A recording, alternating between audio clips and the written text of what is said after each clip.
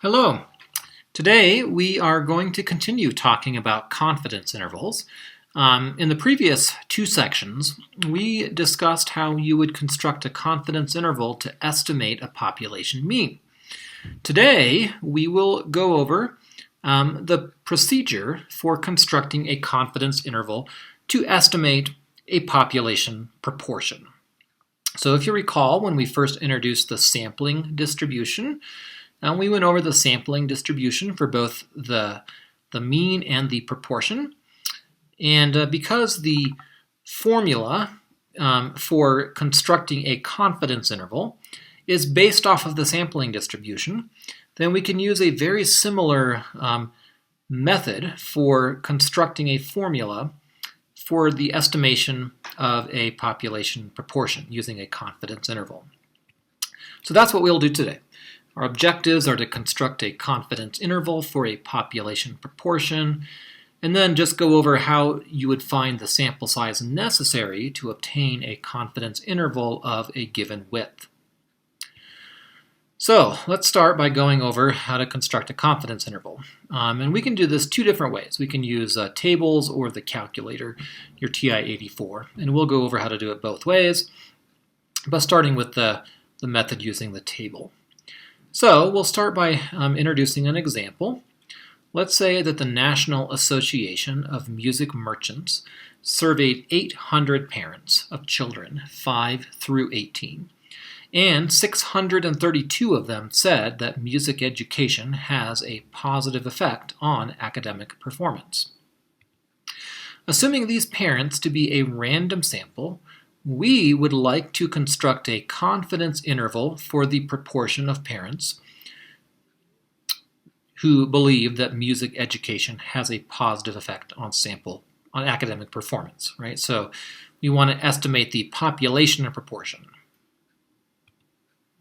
So notation, we've seen this notation before. This is pretty much just review.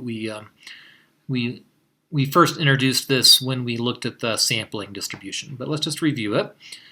P, lowercase p, is what we use as the symbol to represent the population proportion of individuals who are in a specified category. X represents the number of individuals in the sample who are in the specified category. N represents the sample size. And then P with the hat symbol, or P hat, that's the symbol for the sample proportion of individuals who are in the specified category. And P hat is defined as X divided by N. So, to construct the confidence interval, we went over the derivation for the formula for the confidence interval for the mean in section 8.1, and this follows the same basically format. Remember that for the sample mean, we had to take to estimate the population mean, we had to start with the sample mean, and then we had to add and subtract a margin of error. And using the sampling distribution, we were able to show that that margin of error is equal to the critical value multiplied by the standard error. Okay? Similar idea here. But this time we're starting with a sample proportion, the p hat value, defined as x over n. And we're adding and subtracting a margin of error to that. The margin of error is, again, the critical value times the standard error. But the standard error is the formula from the central limit theorem for the proportion, which we covered back in Chapter 7, right? We covered that when we looked at the sampling distribution. This is the formula that we used back then for standard error.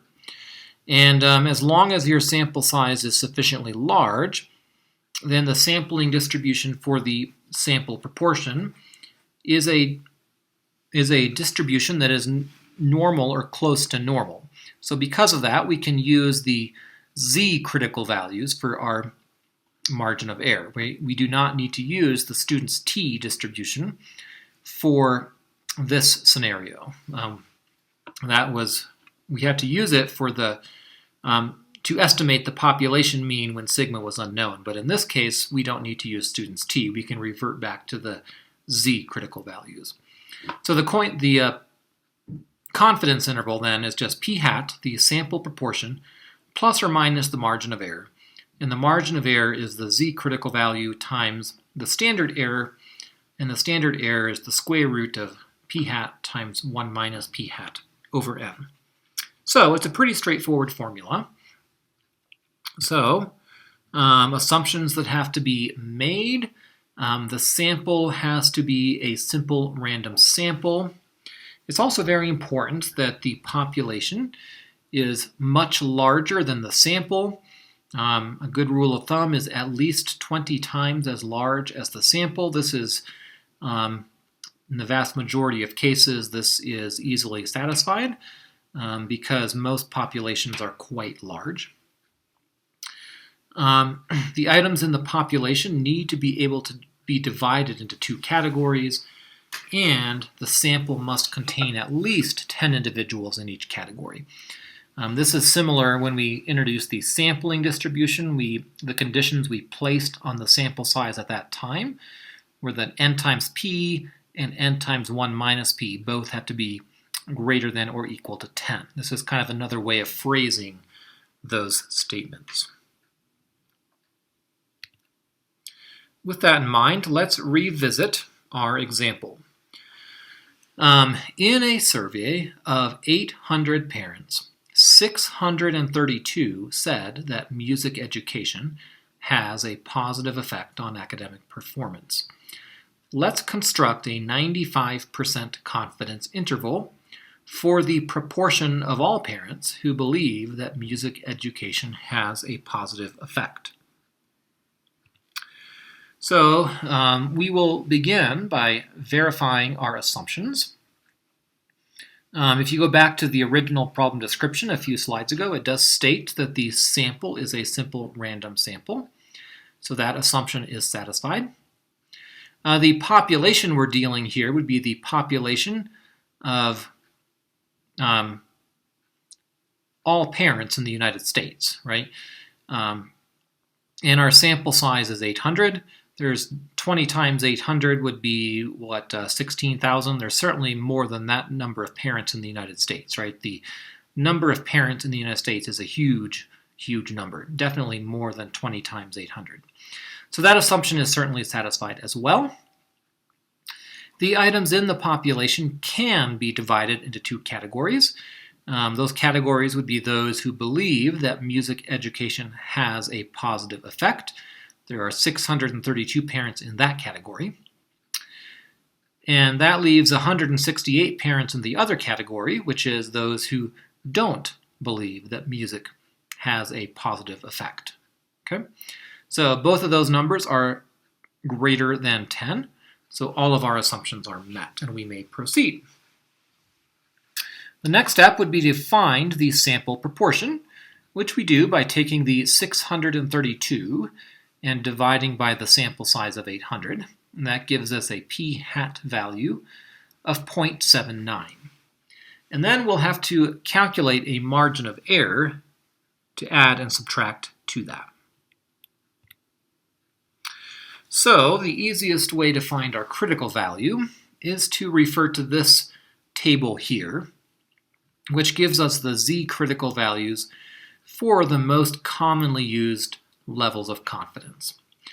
In this example, we were asked to find a 95% confidence interval, so we'll choose the critical value corresponding to 95%, which is 1.96.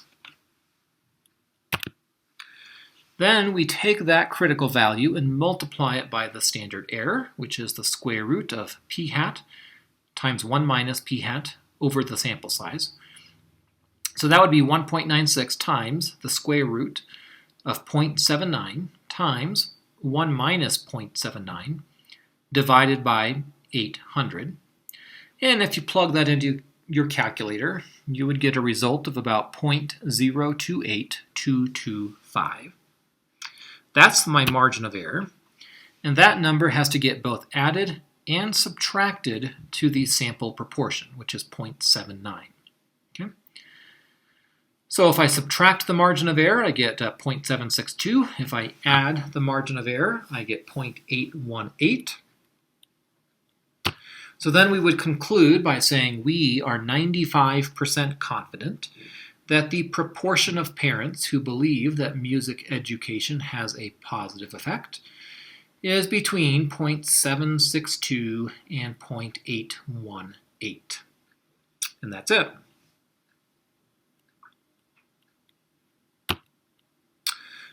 Now let's go over how we would find the same result using a function on your TI-84 calculator. We'll go over the exact same example, right? So this is just the introduction to the example. So we'll just move on since we've covered this already. Same notation, right? All that is the same. It's based off of the same formula, right? So this is all just a restatement of what we've already covered. Assumptions, they all have to be the same. No change there. On your calculator, though, this is what we want to cover. Go back to the tests menu on your calculator, and again, just remember that you access that menu by pressing the Stat button and then highlighting the tests menu. And if you scroll down a little ways, you should see one labeled 1-prop z int. That is the function that you want to use to find your confidence interval. When you select that function, it gives you a screen that looks like this, and the input is quite simple. You just enter in your x value, your sample size, and your confidence level. That's all you need to do, those three values.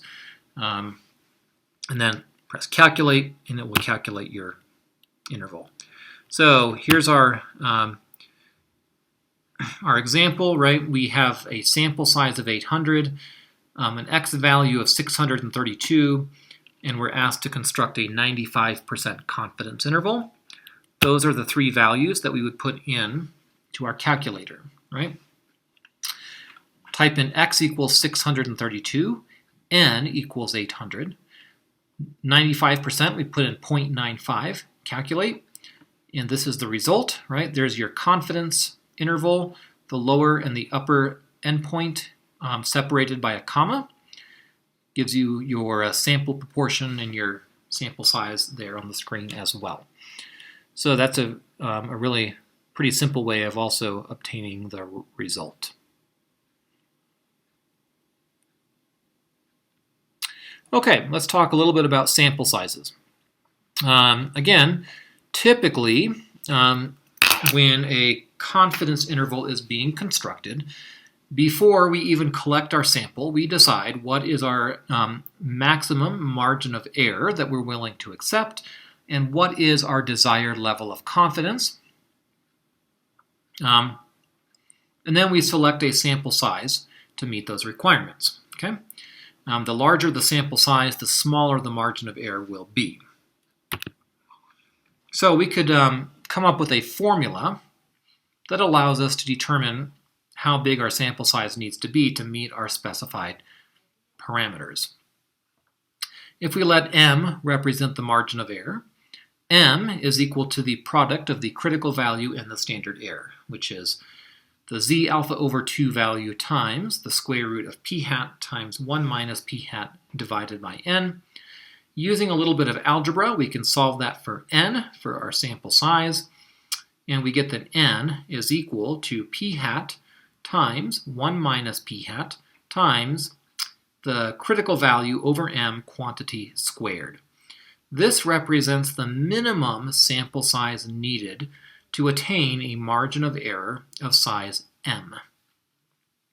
If the value of n is not a whole number, then the best thing to do is to round the result up to the next highest whole number. Right? Always round up when it comes to sample sizes, because with sample sizes, a larger sample size just has the effect of reducing the margin of error, which is always beneficial, right? So rounding up is always better.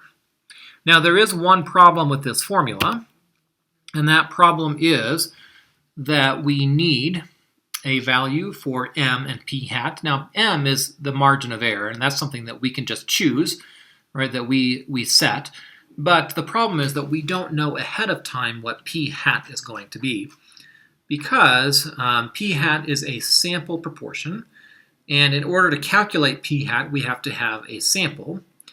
And if we're at the step of determining how big our sample should be, that implies we have not yet drawn a sample, right? So we usually would not have a p hat value to plug into this formula. There are two ways that we can, two ways of dealing with this issue. One is that it's possible that we may be working with a population that has been studied previously, maybe a different study using the same population. If that's the case, then there may be a previously drawn sample available.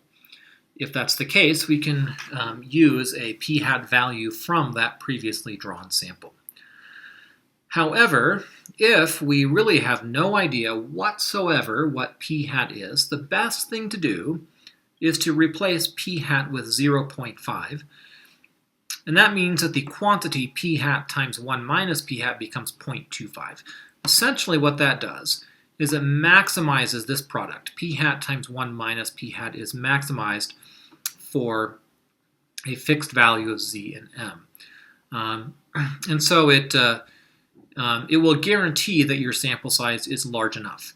Now, it very well may give you a sample that's larger than you need, but it's much better to have that than to have a too small sample, right? Because a larger sample will simply have the effect of reducing the margin of error even more, and there's nothing wrong with that.